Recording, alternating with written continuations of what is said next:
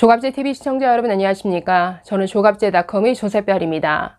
지금 시각은 2022년 6월 9일 오후 2시 반을 가리키고 있습니다. 한동훈 법무부 장관의 명예를 훼손한 혐의로 재판에 넘겨진 유시민 씨가 1심에서 벌금형을 선고받았습니다. 유죄가 확정된 것이죠. 자, 오늘 오후 2시에 열린 1심 선고 공판에서 벌금 500만 원형이 선고됐습니다. 앞서 검찰은 징역 1년을 구형한 바 있습니다. 자, 서울 서부지법 형사 7단독 정철민 부장판사는 500만 원의 벌금형을 선고하면서 이렇게 밝혔습니다. 피고인의 발언으로 피해자 한 장관은 부정한 목적을 위해 수사권을 남용한 검사로 인식되면서 상당한 정신적 고통을 받았을 것으로 보인다. 국회의원, 보건복지부 장관, 노무현 재단 이사장을 역임하고 작가이자 방송 논객으로 활동한 피고인은 사건 당시 100만 명 이상의 구독자를 보유한 유튜버로 사회적 여론 형성에 상당한 기여를 할 것으로 보인다라고 했습니다. 그렇기 때문에 그 책임이 더 무겁다라는 뜻이겠죠. 자, 그래서 명예훼손 혐의를 인정하고 유죄를 확정했습니다. 물론 검찰이 구형한 징역 1년에는 못 미치는 벌금 500만 원의 선고지만 어쨌든 유죄가 확정이 된 것이죠. 자, 그럼에도 불구하고 오늘 유시민 씨 이 재판부에 출석하면서 오히려 정말 적반하장식으로 나왔습니다. 자, 한동훈 씨가 저한테 먼저 사과를 해야 한다라고 말했습니다. 참 어이가 없죠. 이렇게 말합니다.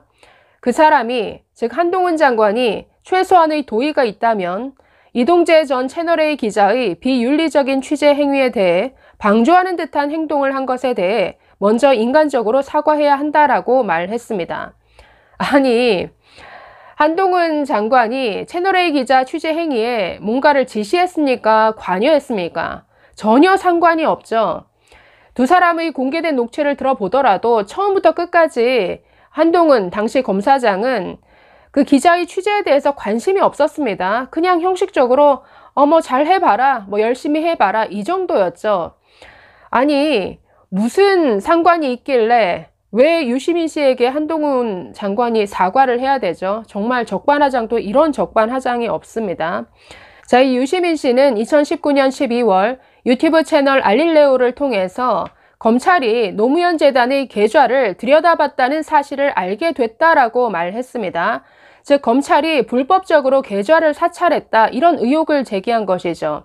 이 한 번으로 그친 게 아니라 다른 MBC라든가 여러 방송에 출연해서도 당시 한동훈 검사가 있던 반부패 강력부 쪽에서 계좌를 봤을 가능성이 있다라고 아주 연달아 발언을 했습니다. 그렇기 때문에 정말 허위 사실을 가지고 그러니까 없는 사실을 가지고 뒤집어 씌운 것이죠. 그래서 한동훈 당시 검사장이 이 부분에 대해서 명예훼손 혐의로 고소를 한 것입니다. 자, 한동훈 장관은 올해 1월 유시민 씨와의 재판에 출석하면서 작심 발언을 한 바 있습니다. 제가 이 발언을 듣고 참 감탄을 해서 여러 번 방송에서 소개해 드린 바 있는데, 자, 부분적으로 살펴보면 당시 이렇게 말했었습니다. 2년 반 전에 조국 수사가 시작됐을 때 유시민 씨가 갑자기 제가 자기 계좌 추적을 했다는 황당한 거짓말을 하기 시작했습니다. 그렇게 시작된 거짓말이 1년 넘게 계속됐고 권력과 그 추종자들에 의해서 확대 재생산됐습니다. 조국 수사 등 자기 편 권력비리 수사를 맡고 저에게 보복하기 위한 목적이었다고 저는 생각합니다. 그 후 저는 4번 좌천당하고 2번 압수수색을 당하고 사적인 동선을 CCTV로 사찰당하고 그리고 후배 검사로부터 독직 폭행을 당했습니다. 저와 제 가족 그리고 주변에 있는 사람들이 통신 사찰을 당했습니다. 저는 유시민 씨나 노무현 재단에 대해서 계좌 추적을 한 사실이 전혀 없습니다. 그러나 우선 분명히 해둘 것은 유시민 씨 등 그 누구든 간에 죄가 있으면 법에 따라 수사하는 것이 민주주의고 법치주의라는 점입니다. 유시민 씨나 지금 이 권력자들은 마치 자기들은 무슨 짓을 해도 절대 수사하면 안 되는 초헌법적인 특권 계급인 양 행동했습니다. 그러기 위해서 권력이 물라면 물고 덮으라면 덮는 사냥개 같은 검찰을 만드는 것을 검찰개혁이라고 사기치고 거짓말했습니다. 그래서 국민을 속였습니다. 유시민 씨는 자기 스스로를 어용지식인이라고 했습니다. 지식인의 사명이 약자의 편에서 권위와 권력을 비판하는 거죠. 그렇기 때문에 유시민 씨가 말하는 어용 지식인이라는 말은 마치 삼겹살 좋아하는 채식주의자라든지 친일파 독립투사라는 말처럼 그 자체로 대단히 기만적입니다.